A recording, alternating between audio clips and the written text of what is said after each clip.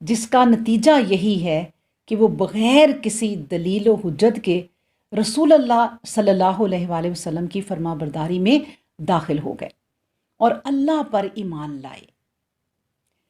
اب دیکھیں، حضرت موسیٰ علیہ السلام طور سینا سے تورات لے کر جب آتے ہیں تو بنی اسرائیل کو اس پر ایمان لانے کا کہتے ہیں۔ اب آپ یہ دیکھیں کہ صحابہ اکرام رضی اللہ عنہم اور دوسرے جو پیغمبر ہیں ان کے صحابہ میں فرق۔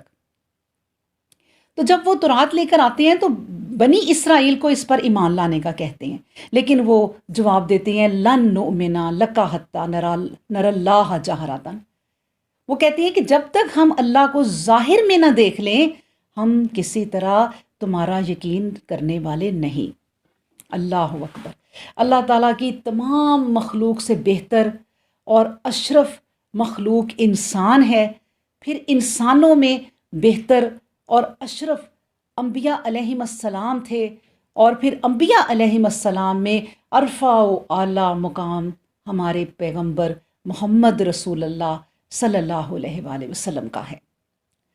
بالکل اسی طرح ہمیں تسلیم ہے کہ آپ صلی اللہ علیہ وسلم کا دائرہ ادراک بھی تمام انبیاء علیہم السلام سے بہت بڑا ہے۔ اللہ اکبر۔ اب دیکھیں، عالم الغیب صرف اور صرف ایک ہی ذات ہے، یعنی اللہ۔ اسے جب عالم الغیب کہا جاتا ہے تو اس کے معنی صرف یہ ہوتے ہیں کہ وہ ان چیزوں کو بھی جانتا ہے جو سب بندوں کے لیے غائب ہی ہوتی ہیں۔ اس کے لیے، اللہ سبحانہ و تعالیٰ کے لیے جس طرح دور نزدیک، آسان دشوار، بڑا چھوٹا سب یکساں ہیں، اور ان کے باہمی فرق بے معنی ہیں اللہ کے لیے۔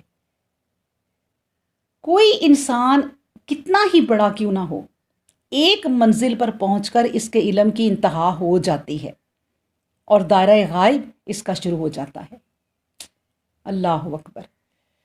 تو غائب پر ایمان لانا، اس آیت جو ہم یہ آیت پڑھ رہے ہیں، اس جیسی بے شمار آیات کریمات میں متقیوں کی سب سے پہلی علامت بیان کی گئی ہے کہ وہ غائب پر یقین رکھتے ہیں۔ اللہ اکبر۔ تو اللہ تعالیٰ نے جو ہے، مطلب یہ ہوگا کہ زبان سے، دل سے، عمل سے غائب پر ایمان لانا اور اللہ سے ڈرنا۔ اب دیکھیں، حضرت عبداللہ بن مسعود رضی اللہ تعالیٰ عنہ کی مجلس میں ایک مرتبہ صحابہ رضی اللہ عنہم کے فضائل بیان ہوتے ہیں، تو آپ فرماتے ہیں کہ حضور صلی اللہ علیہ وآلہ وسلم کے دیکھنے والوں نے آپ صلی اللہ علیہ وسلم پر ایمان لانا ہی تھا، لیکن اللہ کی قسم، وہ کہتے ہیں کہ اللہ کی قسم، ایمانی حیثیت سے وہ لوگ افضل ہیں جو بغیر دیکھے ایمان لاتے ہیں۔ سبحان اللہ۔ اس کی آپ کو میں ایک اصل حدیث بھی سنا دیتی ہوں کہ حدیث میں ہے، جو صحیح حدیث ہے، کہ نبی کریم صلی اللہ علیہ وآلہ وسلم نے ایک مرتبہ صحابہ سے پوچھا کہ تمہارے نزدیک ایمان لانے میں کون زیادہ افضل ہے؟ انہوں نے کہا، صحابہ اکرام رضی اللہ عنہم نے کہا، فرشتے۔ فرمایا، وہ ایمان کیوں نہ لائیں، وہ تو اپنے رب کے پاس ہی ہیں۔ لوگوں نے پھر کہا کہ انبیاء۔ فرمایا، وہ ایمان کیوں نہ لائیں، ان پر تو وحی نازل ہوتی ہے۔ کہا پھر ہم، یعنی صحابہ اکرام رضی اللہ عنہم۔ فرمایا، تم ایمان کیوں قبول نہ کرتے جبکہ میں تم میں خود موجود ہوں؟ نبی کریم صلی اللہ علیہ وسلم نے فرمایا، سنو، میرے نزدیک سب سے زیادہ افضل ایمان والے وہ لوگ ہیں، اور وہ لوگ ہوں گے جو تمہارے بعد آئیں گے، صحیفوں میں لکھی ہوئی کتاب پائیں گے اور اس پر ایمان لے آئیں گے۔ اللہ اکبر۔ اللہ سے دعا کریں کہ ہم سب انہی میں ہو جائیں انشاءاللہ۔ ایک اور چیز آپ کو بتا دوں ایمان کے بارے میں، ابن ابی حاتم میں ہے کہ حضرت بدیلہ بنت اسلم رضی اللہ تعالی عنہا ایک صحابیہ ہیں، وہ فرماتی ہیں کہ بنو حارثہ کی مسجد میں ہم ظہر یا عصر کی نماز میں تھے، اور بیت المقدس کی طرف ہمارا منہ تھا، یعنی پہلے بیت المقدس کی طرف نماز پڑھتے تھے لوگ۔ وہ کہتی ہیں کہ 2 رکعت ادا ہم کر چکے تھے، کسی نے آ کر خبر دی کہ نبی صلی اللہ علیہ وسلم نے بیت اللہ شریف کی طرف منہ کر لیا ہے۔ یعنی حکم ہو گیا کہ اب کعبہ آپ کا وہ ہے قبلہ۔ کہتی ہیں کہ ہم سنتے ہی گھوم گئے، عورتیں مردوں کی جگہ آ گئیں اور مرد عورتوں کی جگہ چلے گئے، اور باقی 2 رکعتیں ہم نے بیت اللہ شریف کی طرف ادا کی۔ جب نبی کریم صلی اللہ علیہ وسلم کو یہ خبر پہنچی تو آپ صلی اللہ علیہ وسلم نے فرمایا یہ لوگ ہیں جو غیب پر ایمان رکھتے ہیں۔ سبحان اللہ، یعنی اللہ نے جو کہہ دیا پھر اس پر وہ عمل کرتے ہیں۔ اس کے بعد ہم دیکھتے ہیں اگلی چیز کو کہ اگلی چیز جو اللہ نے اس آیت میں کہی ہے کہ وہ یقیمون الصلاۃ، کہ وہ نماز جو ہیں وہ قائم کرتے ہیں۔ اب نماز کے بارے میں تھوڑا سا میں آپ کو بتا دوں کہ لغوی طور پر صلاۃ کا لفظ دعا اور رحمت کے لیے استعمال ہوتا ہے، لیکن قرآن کریم نے اس کو ایک اصطلاحی معنی کے لیے مخصوص کر لیا ہے۔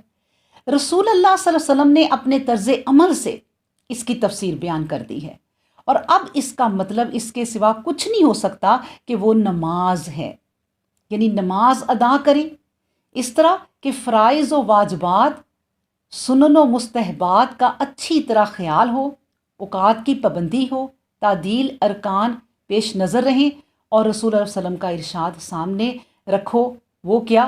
صلو کما رائیتمونی اصلی، یعنی نماز ادا کرو جس طرح کہ تم نے مجھے نماز ادا کرتے ہوئے دیکھا۔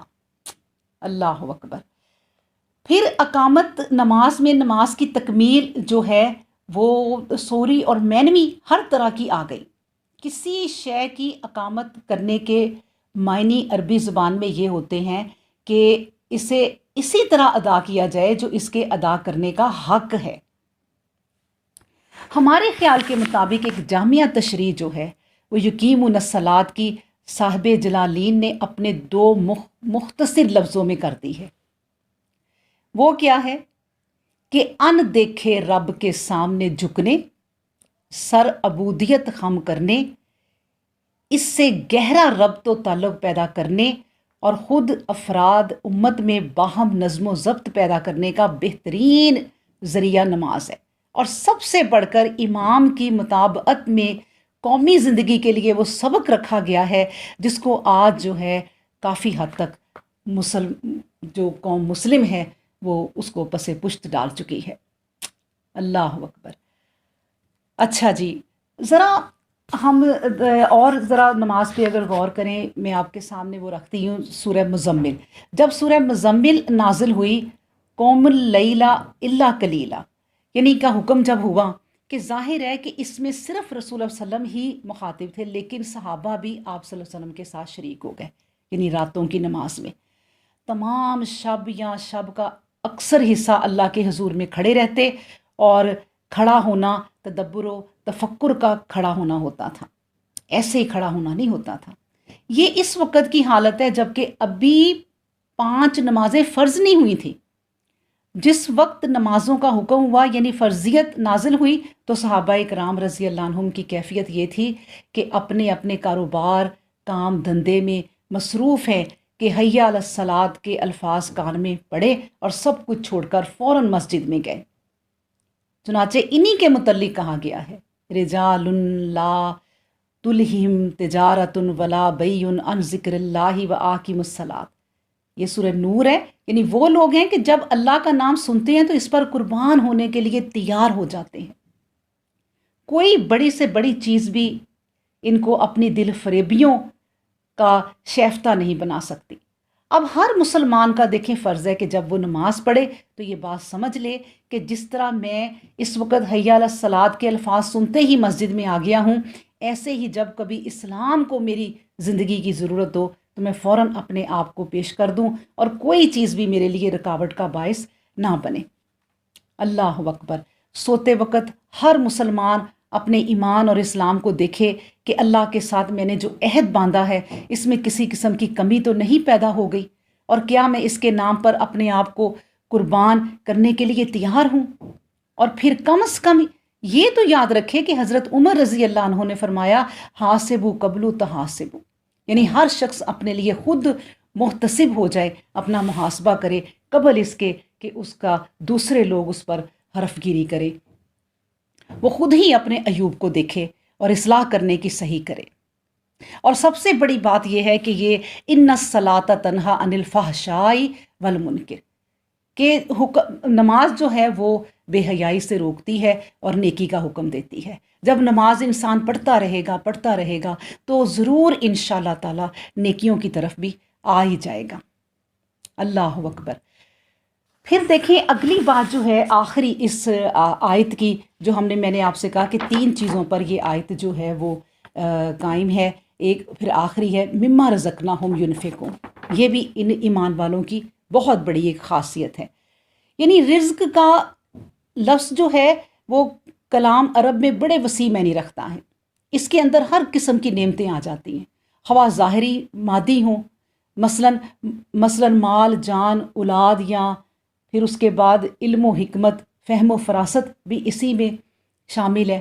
رزقناہم فرما کر ہر رزق کو اپنی جانب منسوب کر کے بتا دیا کہ جو نعمت جتنی اور جس قسم کی بھی انسان کو ملتی ہے، چاہے وہ علم کی ہو، سب اللہ ہی کے فیض و عطا کا ثمرہ ہوتی ہے، انسان کی بنائی کوئی چیز بھی نہیں ہے۔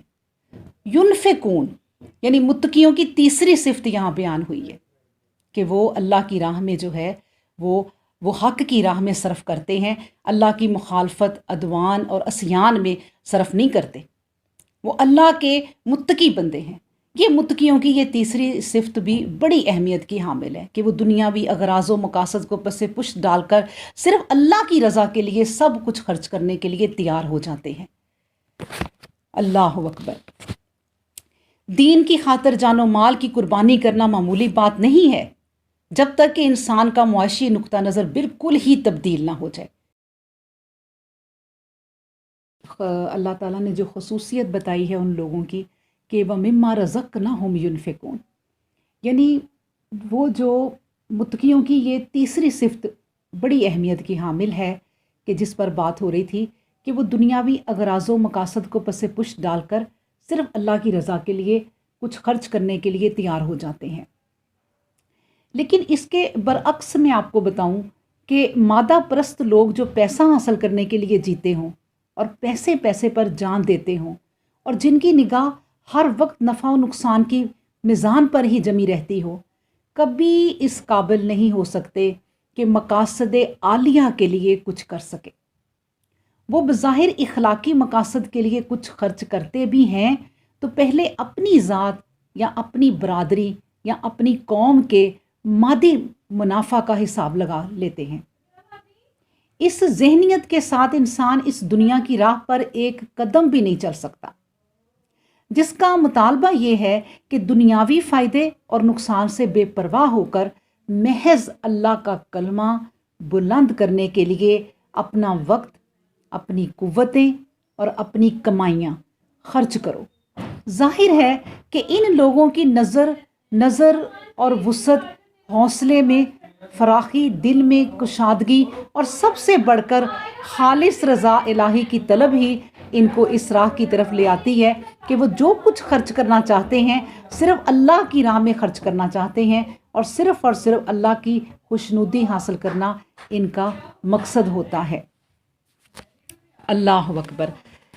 ایک دو بات صرف اور کرتی ہوں کہ قتادہ رحمۃ اللہ علیہ فرماتے ہیں کہ یہ مال تمہارے پاس اللہ کی امانت ہے، ان قریب تم سے جدا ہو جائے گا، اپنی زندگی میں اسے اللہ کی راہ میں لگا دو۔